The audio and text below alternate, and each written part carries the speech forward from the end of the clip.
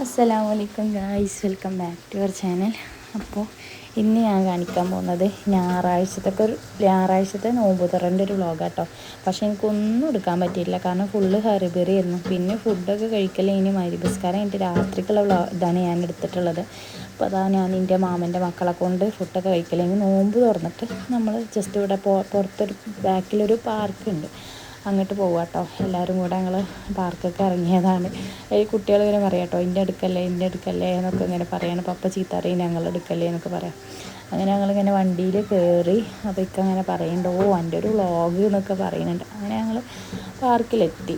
എനിക്കങ്ങനെ വല്ലാതെ ക്ലിപ്പിങ്സൊന്നും എനിക്ക് എടുക്കാൻ പറ്റിയിട്ടില്ല, കാരണം ഞങ്ങൾ ഫുള്ള് ബിസി ആയിരുന്നു. ഞാൻ ഒറ്റക്കല്ലേ.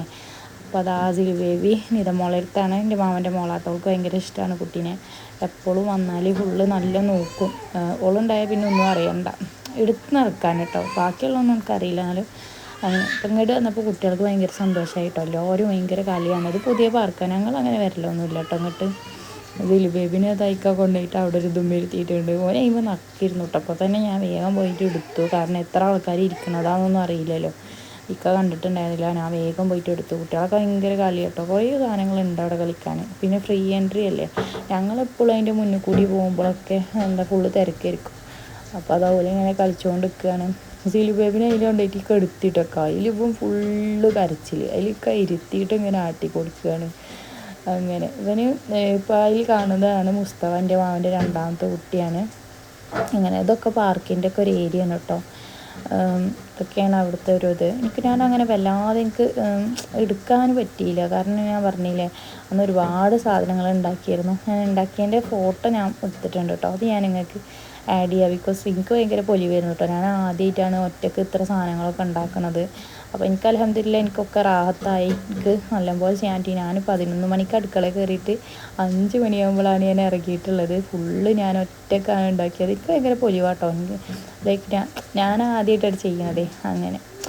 അപ്പം അങ്ങനെ കുട്ടികളൊക്കെ അത് അങ്ങനെ കളിച്ചുകൊണ്ട് നിൽക്കുന്നുണ്ട്. അപ്പോൾ ഞാനും കുറച്ച് നേരം കളിക്കുകയൊക്കെ ചെയ്തു കേട്ടോ. ഞാനേ കൂടി ആടി കളിക്കുകയൊക്കെ ചെയ്തു. അങ്ങനെ കുറച്ച് നേരം കളിച്ചിട്ട് പിന്നെ ഞങ്ങൾ പോയി. പിന്നെ ഇഷാവ് ബാങ്ക് കൊടുത്തു. കാരണം ഇഷാവ് ബാങ്ക് കൊടുത്താൽ പള്ളിയിൽ പോയിട്ട് തറാവീഹ് നിസ്കാരം കഴിഞ്ഞിട്ടാണ് ഫുഡ് കഴിക്കുക. അപ്പോൾ ഇറങ്ങിയപ്പോൾ ഇതാ ഒരു പള്ളി. അപ്പോൾ ഞാൻ മുസ്തഫ കുട്ടിയോട് പറഞ്ഞു, ഓടിപ്പോയിട്ട് സലാം പറഞ്ഞു, 10 റുപ്യ കിട്ടുമെന്നാണ്. ഓൻ പറയുകയും ചെയ്തു, പക്ഷെ ഒന്നും കിട്ടിയില്ല. അങ്ങനെ റൂമിലെത്തി ഇതാ ദമ്മ് പൊട്ടിക്കുകയാണ്. ഞാൻ ഫിഷ് ബിരിയാണി ഉണ്ടാക്കിയിരുന്നു.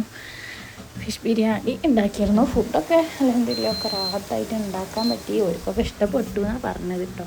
അപ്പോൾ അങ്ങനെ ചിക്കൻ ചില്ലിയും അതേപോലെ ഫിഷ് ബിരിയാണി, പിന്നെ കട്ട്ലൈറ്റ്, മുളക് ബജി, പിന്നെ പഴംപൊരി, പിന്നെ പോക്കറ്റ് ഷവർമ, അതൊക്കെ കേട്ടോ ഞാൻ ഉണ്ടാക്കിയത്.